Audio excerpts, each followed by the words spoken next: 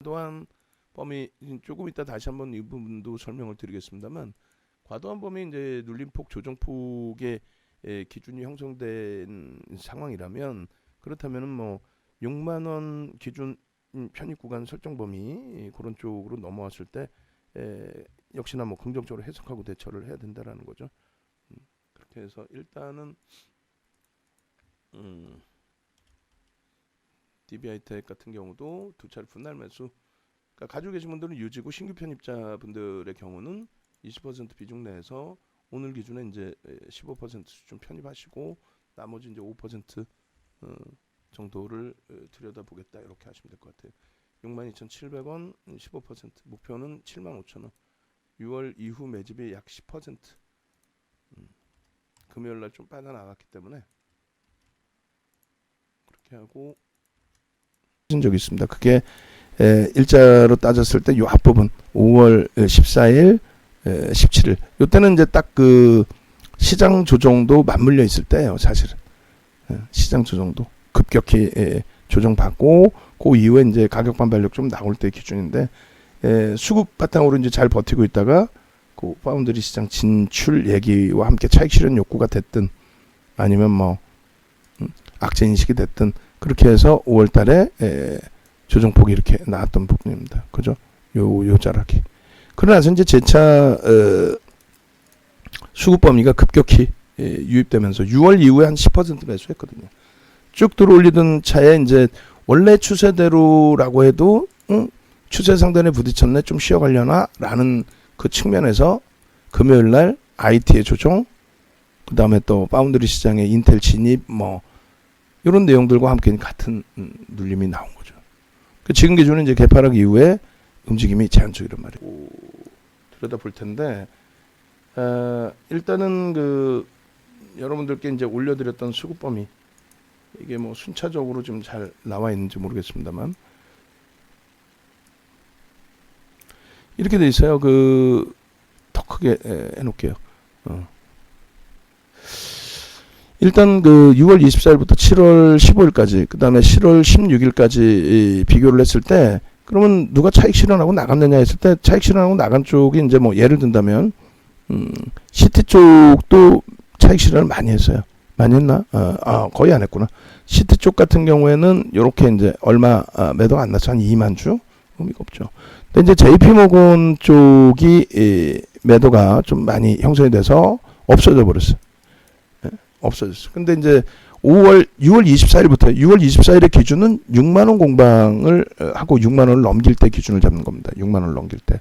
그리고 6만 원을 넘길 때 기준이 되고요. 그리고 JP모건은 그 이전의 물량이 있어요. 사실은 6만 원 이전에 20만 주대 물량이 있습니다. 그래서 그 물량이 빠져나가고 6만 원 이상에서 들어온 이 물량은 뭐 유지되고 있는 걸로 추정이 돼요. 그다음에 하나금융투자 같은 경우에는 오히려 매수가 들어왔고요. 그러니까 16일날 주가 조정 받았을 때 차익 실현 범위 누가 가지고 왔냐 그걸 논하는 거예요.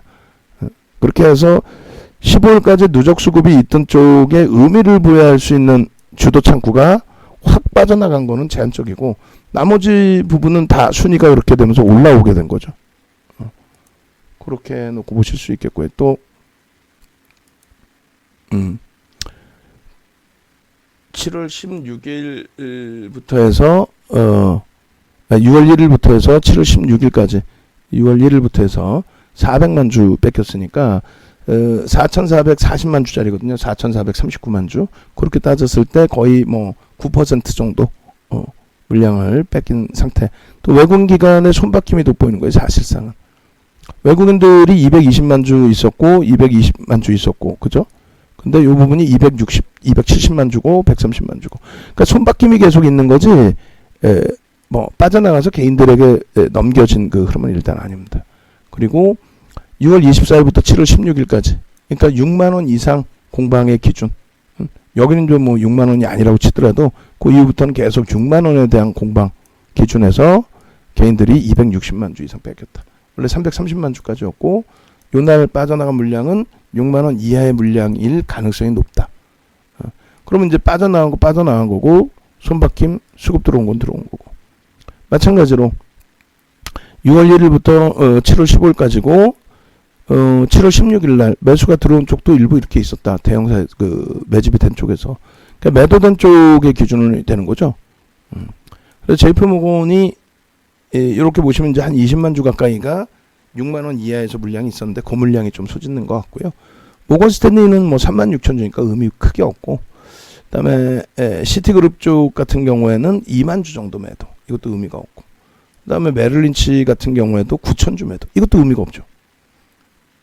UBS 쪽 같은 경우가 이제 뭐 여기가 8만 주 정도, 있던 물량 좀 빼고 나간 정도.